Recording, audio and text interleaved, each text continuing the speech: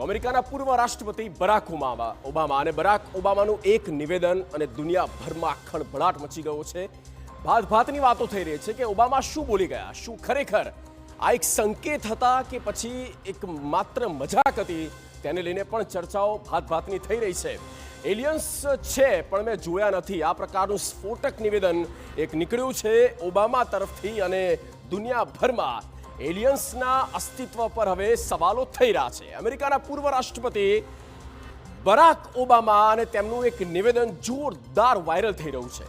Social media પર તેમણે જે નિવેદન આપ્યું એક પોડકાસ્ટમાં તેમણે કહ્યું કે એલિયન્સ ખરેખર છે પણ મેં તેને જોયા નથી, પરંતુ મેં તેમને જોયા નથી, આ ઓબામાનું કહેવું છે। અને ઓબામાના નિવેદન પછી શું થાય છે તો દુનિયાભરમાં ચર્ચાઓ છેડાય છે, અલગ અલગ ચર્ચાઓ, અલગ અલગ એનાલિસિસ થઈ રહ્યા છે।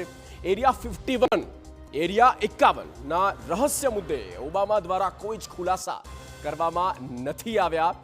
આ બાબત જે છે તે સામે આવી છે। શું ખરેખર એલિયન્સ છે ખરી? તો તેમણે કહ્યું કે હા, એલિયન્સ તો છે પણ મેં ક્યારે જોયા નથી। બરાક ઓબામા દ્વારા આ કહેવામાં આવ્યું છે। એરિયા 51ને લઈને જે રહસ્યો છે એ રહસ્યોને લઈને કોઈ વધારે તેમણે કંઈ જાણકારી આપી નથી કે તેમના દ્વારા કંઈ ક્લેરિટી કહેવામાં નથી આવી, પણ ચર્ચા થઈ રહી છે અને એનો જ આપણે એક સ્પેશિયલ રિપોર્ટ બતાવવા જઈ રહ્યા છે કે શું આપણી સાથે આ બ્રહ્માંડમાં જે પરગ્રહ છે ત્યાં કોઈ એલિયન્સ છે? અમેરિકાના પૂર્વ રાષ્ટ્રપતિ બરાક ઓબામાના એક નિવેદન બાદ આ ચર્ચા દુનિયાભરમાં ચર્ચાઈ રહી છે અને ઓબામાએ એલિયન્સની વાતને સ્વીકારી, જોકે તેઓએ કોઈ ખુલાસો ના કર્યો। એરિયા 51ના એ રહસ્ય મુદ્દે તેઓ બોલ્યા કે દુનિયા માને છે તેઓ એરિયા 51માં કંઈ પણ નથી।